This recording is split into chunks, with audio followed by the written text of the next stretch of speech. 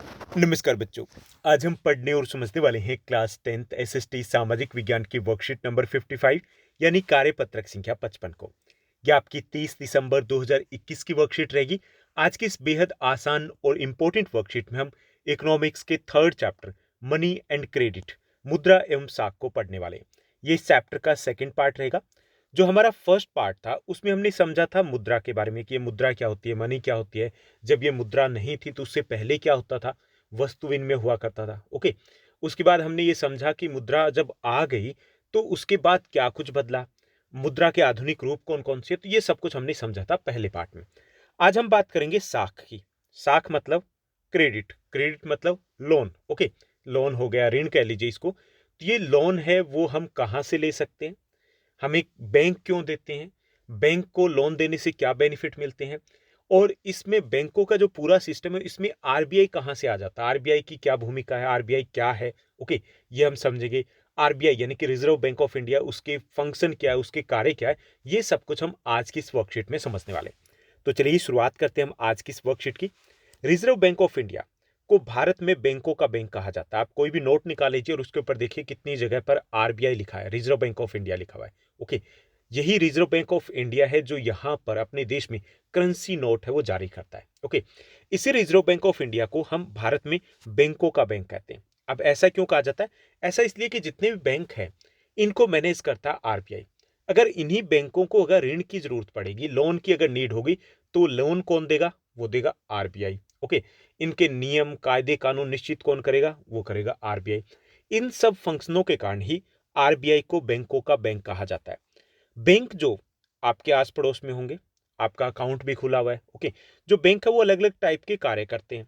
ये लोगों का खाता खोलकर उसमें मुद्रा को जमा के रूप में स्वीकार करते हैं। अब यहाँ पे किसकी बात करें? बैंकों की बात करें कि बैंक क्या करते हैं। बैंक कई अलग अलग टाइप के कार्य करते हैं। पहली चीज, जैसे हम वहां पर खाता खुला सकते हैं। आपका सेविंग अकाउंट हो सकता है, आपका करंट अकाउंट हो सकता है, आपका सेविंग अकाउंट है बैंक में। ओके। सब बच्चों का खुला होता है। तो उसमें जो आप खाता खोलोगे और खाता खोलने के बाद उसमें आप पैसे को, अपनी मनी को जमा करवा सकते हो, यानी कि जमा को स्वीकार करते हैं। और इस जमा किए गए धन पर ब्याज भी देते हैं। सूद मतलब ब्याज हो गया, आपको इंटरेस्ट मिलेगा। मजेदार बात है ना। एक तो हम पैसा दे रहे हैं बैंक को, वो सेफ रख रहा है अपने पैसे को, और साथ ही साथ हमें इंटरेस्ट भी दे रहा है, ब्याज भी दे रहा है। जब लोगों को मुद्रा की आवश्यकता होती है तो वे अपने खाते से इसे निकाल भी सकते हैं। आप भी ऐसा करते हो ना। आपका या फिर आपके पेरेंट्स का अकाउंट है वो गूगल पे, फोन पे से अटैच है। ओके। आपको पेमेंट करनी है, सब्जी वाले को पेमेंट करनी है, दूध वाले को, कहीं पर भी पेमेंट करनी है, आपने पेमेंट कर दी। कहाँ से निकाला पैसा? उसी अकाउंट से आपने निकाला। ओके। तो जब हमें जरूरत होती है तब हम इसे निकाल भी सकते हैं। तो ये कैस कहाँ से निकाल सकते हैं? अपने अकाउंट से निकाल सकते हैं। पहले बैंक में जाना होता था, अब बैंक में जाने की भी कोई जरूरत नहीं है। वर्तमान में सरकार के द्वारा जो आपको स्कॉलरशिप दी जाती है, छात्रवृत्ति जिनको बोलेंगे, स्कॉलरशिप दी जाती है, पेंशन दी जाती है, जैसे बुढ़ापा पेंशन होगी, वृद्धावस्था पेंशन होगी। ओके। या सब्सिडी इत्यादि दी जाती है। सब्सिडी मतलब जैसे गैस सिलेंडर की बात करें तो हालांकि अब तो बहुत कम आती है, लेकिन जो भी आती थी वो कैसे आती थी? वो बैंक के थ्रू ही आती थी, आपके अकाउंट में आती थी। तो बैंक खाते में ही वो ट्रांसफर किया जाता था। इसके अलावा बैंक साख भी देता है। साख मतलब उधार देता है, लोन देता है। ओके। लोन देने का काम भी करते हैं। अब लोन कैसे देता है बैंक? इतनी तो समझ में आ गया कि पैसे लेता है बैंक और हमें ब्याज देता है। अब यहां पर भी थोड़ा सा लोचा लग रहा है कि ब्याज क्यों देता है, बैंक को क्या फायदा, हमारा पैसा है उसकी रखवाली करता है और फिर हमें ब्याज भी दे रहा है। और ये सब्सिडी, पेंशन, स्कॉलरशिप ये भी हमें ट्रांसफर करा अकाउंट में। तो बैंक को इनकम कहाँ से हो रही है? तो ये यहां से हम समझेंगे कि लोन के साथ, कि जो उधार है, जो साख है, जो लोन है, उसके लिए लोग औपचारिक और अनौपचारिक दो स्रोतों के ऊपर निर्भर करते हैं। यानी कि लोन हम कहां से ले सकते हैं? एक तो औपचारिक स्रोत है, दूसरा अनौपचारिक स्रोत। ओके। बहुत कुछ हमें यहां पर समझना है। पहली चीज तो हमने ये समझ लिया कि बैंक है वो बिचौलिए का काम करें। किसके लिए? बैंक है हमारा जमा एक्स्ट्रा, जिनके पास सरप्लस मनी है वो एक्सेप्ट करते हैं कि आप जमा करवा दीजिए और हम आपको ब्याज देंगे। ओके। अब जो बैंक है वो दूसरा काम क्या करते हैं? वो लोन भी देते हैं। ओके। लोन देते हैं।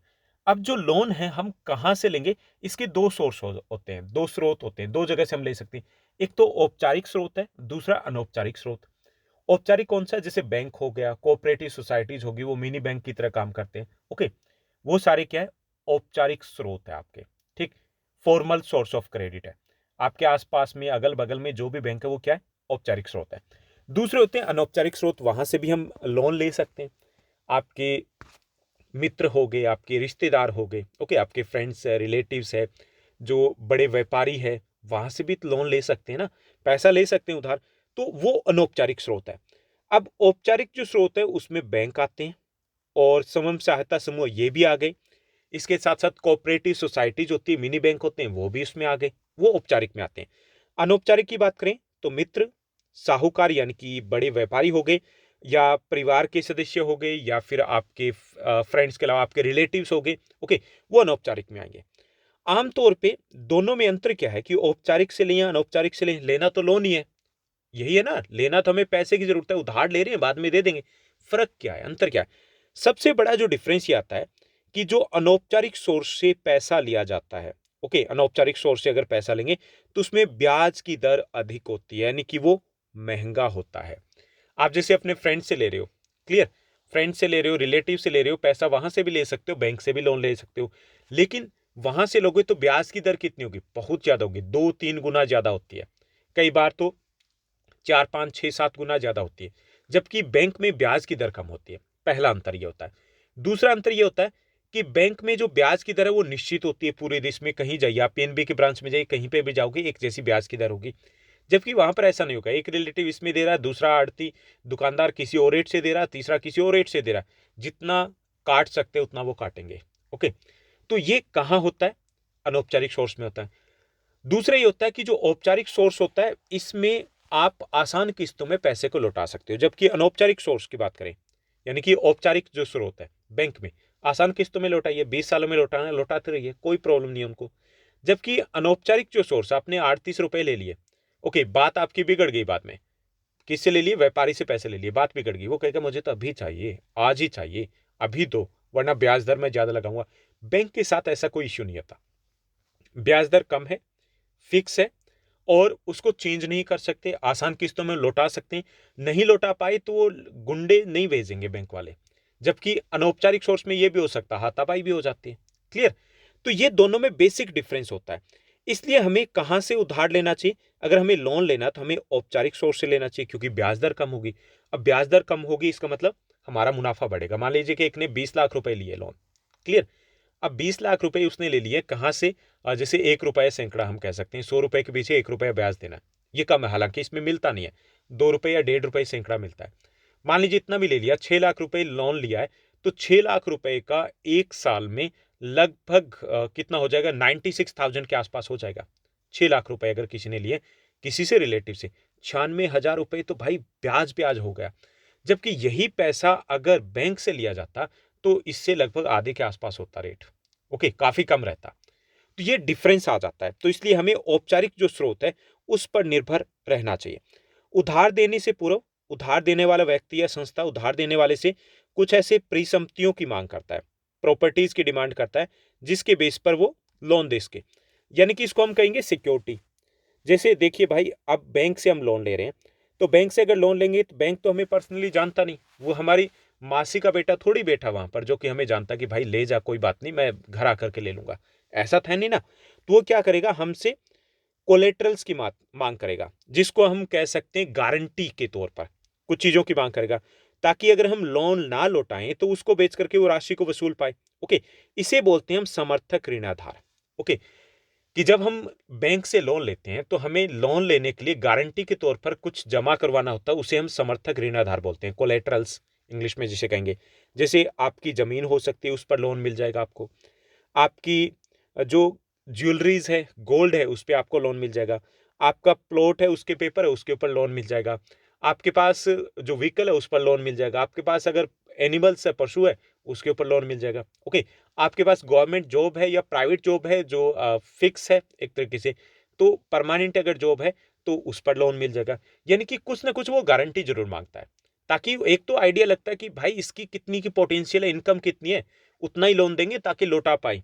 दूसरा कि अगर नहीं लौटाया तो क्या होगा, हम उसकी वो लंगोटी पकड़ पाए, यानी कि जो भी वो डॉक्यूमेंट पेपर जमा करवाएंगे। तो इसे बोलते हैं ऋण की शर्तें। यानी कि पहली चीज तो ये समझिए कि लोन हम दो जगह से ले सकते हैं, औपचारिक और अनौपचारिक सोर्स से, दोनों जगह से ले सकते हैं ना, क्लियर, पहली चीज। अब औपचारिक जो सोर्स होता है वहां से लेना जरूरी होता है, क्योंकि वहां से ब्याज दर कम होती है और ब्याज दर निश्चित होती है। ब्याज दर को घटाए बढ़ाए बाद में नहीं जा सकता, वो फिक्स रहती है, आसान किस्तों में हम लौटा सकते हैं, फायदे होते हैं। लेकिन जब हम औपचारिक सोर्स से बैंक में जाएंगे तो वो मांग करेगा हमें, जैसे हम क्या क्या करेंगे, पहले हम ब्याज की दर की बात करेंगे, क्लियर। उसके बाद हम बात करेंगे कि लौटाएंगे कैसे, कैसे लौटाएंगे, कब तक लौटाएंगे, कि हम मंथली इंस्टॉलमेंट में, 3 मंथली, 6 मंथली इंस्टॉलमेंट में लौटाएंगे, कब तक, 20 ईयर्स में लौटाएंगे, ये बात होगी। फिर उसके बाद बात आ जाती है आपके कोलेटरल्स की, समर्थक ऋण आधार की, कि हमारे पास है क्या जिसकी गारंटी पर आप लोन दोगे। फिर उसके बाद वो मांगेगा कि इनके पेपर भी दे दो। भाई ऐसे तो हर कोई बोल देगा ना ये गाड़ी अपनी है, ओके। तो ये ऋण की शर्तें आ जाती है, यानी ब्याज की दर, ब्याज की दर, ऋण को लौटाने का तरीका, ओके, अदायगी का तरीका क्या होगा वो, और ऋण समर्थक, समर्थक ऋणाधार हो गया, और उसके कागजात हो गए। तो इनको बोलते हैं हम ऋण की शर्तें, इनके बिना हमें लोन नहीं मिलेगा, क्लियर। तो हम लोन ले सकते हैं औपचारिक से, लेकिन उसके लिए हमें समर्थक ऋण आधार की आवश्यकता होगी। अगर हमारे पास ये नहीं है तो हम लोन नहीं ले पाएंगे, पहली चीज। जैसे काफी सारे लोग हैं वो लोन नहीं ले पाते बैंक से, क्योंकि उनके पास प्रॉपर्टी गारंटी के तौर पे जमा करवाने के लिए कुछ होता ही नहीं। घर है, हो सकता है वो उनके नाम पर ना हो, ओके। इसलिए जो निर्धन लोग होते हैं वो बैंक से लोन नहीं ले पाते। दूसरी एक और यहाँ पे इश्यू होता है कि आप जब तक पहला लोन नहीं क्लियर करोगे, चुकाओगे नहीं, तब तक आपको दूसरा फ्रेश लोन भी नहीं देता बैंक, ओके। अब अनौपचारिक सोर्स की अगर बात करें तो वहां पे ऐसे कोई बंधन नहीं है, रिलेटिव है, जानते हैं, दे देंगे लोन, ओके। यानी कि कोलेटरल की वहां नीड नहीं होती, समर्थक ऋण आधार की आवश्यकता होती है। दूसरा ये था कि आपने किसी से रिलेटिव से 20,000 रुपए ले रखे, 20,000 ले रखे, आपको थोड़ी और नीड हुई, वो 10,000 और दे भी देगा, ओके। आपकी अगर गुडविल है तो वो दे भी देगा, बैंक नहीं देगा, क्लियर। तो ये दोनों में अंतर होता है, हालांकि इसकी बात हम अगली वर्कशीट में और डिटेल में करने वाले हैं कि दोनों में बेसिक अंतर क्या है। तो यहाँ पे हमने थोड़ा सा समझा। अब यहाँ पे एक चीज यहाँ गोलमाल कर दी इस वर्कशीट में। बात तो मुद्दे की वो थी कि भाई बैंक लोन क्यों देता है, कहां से देता है। अब बैंक क्या करता है कि जो लोग, जिनके पास सरप्लस मनी है वो बैंक में जमा करवाएंगे, ओके। बैंक में क्या करवा देंगे, वो जमा करवाएंगे, और बैंक क्या करेगा, उसी पैसे को आगे लोन एक्टिविटी के लिए यूज कर लेगा, ओके। अब बैंक है, इनको क्या दे रहा है, ब्याज दे रहा है, ओके। इनको दे रहा है ब्याज, और इनसे क्या कर रहा है, ब्याज इंटरेस्ट है वो ले रहा है। अब जो ले रहा है वो ज्यादा है, जैसे मान लीजिए वो 80 पैसे ले रहा है, यहां पे दे रहा है 60 पैसे, 20 पैसे जो बच गए वो किसके हो गए, वो बैंक के। इसी से बैंक की आय होती है। यानी कि बैंक है वो बिचौलिए का काम करता है, जिनके पास सरप्लस मनी है उनसे पैसा स्वीकार करता है, और जिनको लोन की जरूरत है, पैसे की जरूरत है, उनको लोन देता है। लेकिन जिनको लोन देता है उनसे ब्याज अधिक लेता है, और जिनसे पैसा जिन्होंने जमा करवाया उनको ब्याज दर कम देगा। जो बीच का अंतर है वही बैंक की आय का साधन होता है। अब बताइए कि बैंक ऐसे दे देता है, तो बैंक में अगर हम पैसा निकलवा ले जाएं तो बैंक कैसे देता है कि जो आरबीआई है उसके नियम के अनुसार लोगों ने जितना पैसा जमा करवाया बैंक में, ओके, उसका 15% बैंक अपने पास रखता है, ओके, 15%। और बाकी जो 85% है वो दे देता है लोन, ओके। क्योंकि बैंक को भी पता ना लोगों ने जमा बहुत करवा रखा है, उसमें से ऐसा था नहीं कि सारे एक ही दिन में निकलवाने ले जाएंगे। 15% से मजे से काम चल जाता है उसका, बाकी लोन दे दिया, आता रहता, जाता रहता, आता रहता, जाता रहता है, और इनकम होती रहती है बैंक की, ओके। ये फंक्शन ऐसे काम करता है। अब हम वापस आरबीआई के ऊपर लौटते हैं कि आरबीआई की हमने बात की कि आरबीआई बैंकों का बैंक कहलाता है, ओके। बैंकों का बैंक कहा जाता है आरबीआई को, जो कि करेंसी नोट भी इश्यू करता है। अब आरबीआई और कौन कौन से काम करता है वो हमें यहां पर देखने हैं। तो पहला जो काम है आरबीआई का, रिजर्व बैंक ऑफ इंडिया का, वह ये मुद्रा जारी करता है। करेंसी नोट है, निकाल के देखो उसके ऊपर नाम लिखा हुआ, कितनी जगह लिखा हुआ है, तो आप मुझे जरूर बताइएगा कमेंट सेक्शन में। तो ये मुद्रा जारी करता है, करेंसी नोट जारी करता है। दूसरा ये ब्याज की दरों को निर्धारित करता है कि सभी बैंक की जो ब्याज दर है वो कितनी होगी, कहीं ज्यादा तो नहीं हो रही, वो डिसाइड करता है आरबीआई। इसके अलावा मौद्रिक नीति है देश की, क्या नीति रहेगी, किस तरीके से, वो सब कुछ डिसाइड करता है आरबीआई। इसके साथ बैंकों की कुछ राशि का नगद संचयन करना भी ये तय करता है कि बैंक है, ऐसा ना हो कि मुनाफा कमाने के चक्कर में सारा ही लोन दे दे। तो वो ये भी ऑब्जर्व करता है कि बैंकों के पास कितना कैश होना चाहिए। इसके साथ बैंक और स्वयं सहायता समूह है, उनकी कार्य प्रणाली पर निगरानी भी रखता है, ऑब्जर्व करता है कि कहीं कुछ गड़बड़ तो नहीं हो रहा, ओके। तो ये सब कुछ रिजर्व बैंक के काम आ जाते हैं, ओके। सबसे बड़ा कार्य है मुद्रा जारी करना। दूसरा है कि ये बैंक है उनके नियम को निश्चित करता है, नियमों को निश्चित करता है। तीसरा, उनकी जो कार्यप्रणाली है उसकी निगरानी करता है। ओके, चौथा, अगर बैंक को जरूरत है, बैंकों को भी जरूरत है, तो उनको ऋण भी देता है। ओके, ये बड़े मुख्य तौर पे कार्य हो गए, तो इतने हो जाएंगे तो भी काफी रहेंगे। तो ये थी हमारी आज की वर्कशीट। अब इसी पर बेस्ड कुछ क्वेश्चंस दिए गए, उन क्वेश्चंस को हमें सॉल्व करना है। तो यहाँ पे 1 2 3 4 5 टोटल 5 क्वेश्चंस दिए गए।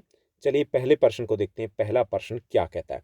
पहला जो हमारा प्रश्न दिया गया है, क्वेश्चन दिया गया है कि साख के औपचारिक स्रोत से आप क्या समझते हैं। बहुत इंपॉर्टेंट है ये, कि साख के वह स्रोत जो सरकार के अधीन कार्य करते हैं, जो गवर्नमेंट के अंडर में आते हैं और सरकार के नियम कायदे कानूनों का पालन करते हैं, उन्हें बोलते हैं साख के औपचारिक स्रोत। ओके, जैसे बैंक हो गया, कोऑपरेटिव सोसाइटीज हो गई, ओके, सेल्फ हेल्प ग्रुप हो गए, तो ये क्या सरकार के अंडर में आते हैं, सरकार के नियम कायदे कानूनों को मानते हैं, तो इनको हम बोलेंगे साख के औपचारिक स्रोत।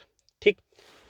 उसके बाद सेकंड क्वेश्चन दिया गया, दूसरा प्रश्न है, चलिए इसको देखते हैं। दूसरा प्रश्न है कि रिजर्व बैंक ऑफ इंडिया जो है उसके कार्य बताने, कि वो कौन कौन से कार्य करते हैं, आरबीआई के कार्य बताने। तो पहला जो कार्य है आरबीआई का, ये मुद्रा जारी करता है, करेंसी नोट जारी करता है। दूसरा कार्य बैंकों के कार्यों पर निगरानी रखता है। ओके, तीसरा कार्य बैंकों के लिए नियम तय करता है। चौथा कार्य जब जरूरत हो तो बैंकों को भी लोन दिया जाता है। ओके, आरबीआई उनको लोन देता है। और इसके साथ साथ जो पांचवा कार्य, यहाँ पे नंबरिंग आगे पीछे हो गई, पांचवा कार्य कि सरकार को आर्थिक नीतियों के बारे में सलाह भी देता है आरबीआई, कि जब जरूरत हो कि आर्थिक नीतियां क्या है, मंदी से कैसे निपटा जाए, महंगाई से कैसे निपटा जाए, तो उसमें सजेशन की, अगर एडवाइस की नीड होती है तो कौन देता है, वो आरबीआई देता है। तो ये 5 प्रमुख कार्य होते हैं आरबीआई के। उसके बाद अगला प्रश्न देखिए, अगला जो हमारा तीसरा प्रश्न दिया गया कि किसी एक समर्थक ऋणाधार का एग्जाम्पल हमें देना, उदाहरण हमें देना, यानी कि जिसके बेस पर हमें लोन मिल सकता है। तो कृषि भूमि हो गई, मकान हो गया, और आपके पास जो भी व्हीकल है, ओके, वो हो गया। आपके पास अगर कोई पशु है, जैसे गांव में होता है, तो वो हो गया। ओके, आप अगर जॉब में हो तो आपकी सैलरी स्टेटमेंट हो गया। तो वो सारे समर्थक ऋण आधार है, इसके बेस पर आपको लोन मिल जाएगा। उसके बाद अगला जो प्रश्न दिया गया, चौथा हमारा प्रश्न है, फोर्थ जो क्वेश्चन दिया गया कि बैंकों के कार्यों का वर्णन कीजिए। अब हमें बैंकों के काम बताने कि बैंक क्या करते हैं। बैंक लोगों से जमा स्वीकार करते हैं और उन्हें जमा पूंजी पर ब्याज देते हैं। आप जमा करवा के आइए, आपको ब्याज मिलेगा। जो बैंक है वो लोगों को ऋण भी प्रदान करते हैं और इसके लिए ब्याज वसूलते हैं। लोन देंगे तो ब्याज वसूलेंगे। बैंक सरकार द्वारा स्कॉलरशिप, पेंशन, सब्सिडी आदि भी लोगों के बैंक खाते में ट्रांसफर करते हैं। इसके साथ साथ जैसे स्कॉलरशिप का पैसा आपके अकाउंट में आता है, कहाँ से आता है, बैंक ट्रांसफर करता है। पेंशन कहाँ से आती है उनके अकाउंट में, बैंक ट्रांसफर करते हैं। सैलरी कहाँ से आती है, बैंक ट्रांसफर करते हैं। सब्सिडी बैंक ट्रांसफर करते हैं। तो ये काम भी बैंकों के हैं। ओके, यानी कि जमा स्वीकार करना, लोन देना और लोगों के खातों में पेंशन, स्कॉलरशिप इत्यादि ट्रांसफर करना, ये 3 प्रमुख कार्य होते हैं बैंकों के। उसके बाद अगले प्रश्न को देखते हैं। 5वां प्रश्न है जो इस वर्कशीट का लास्ट क्वेश्चन रहेगा। साख का कौन सा स्रोत बेहतर है और क्यों, ये हमें बताना है। ओके, तो साख का औपचारिक जो स्रोत है वो बेहतर है। ओके, फॉर्मल जो सोर्स है वो ज्यादा बेहतर है। क्यों? यहाँ ब्याज की दर निश्चित होती है, पहली चीज।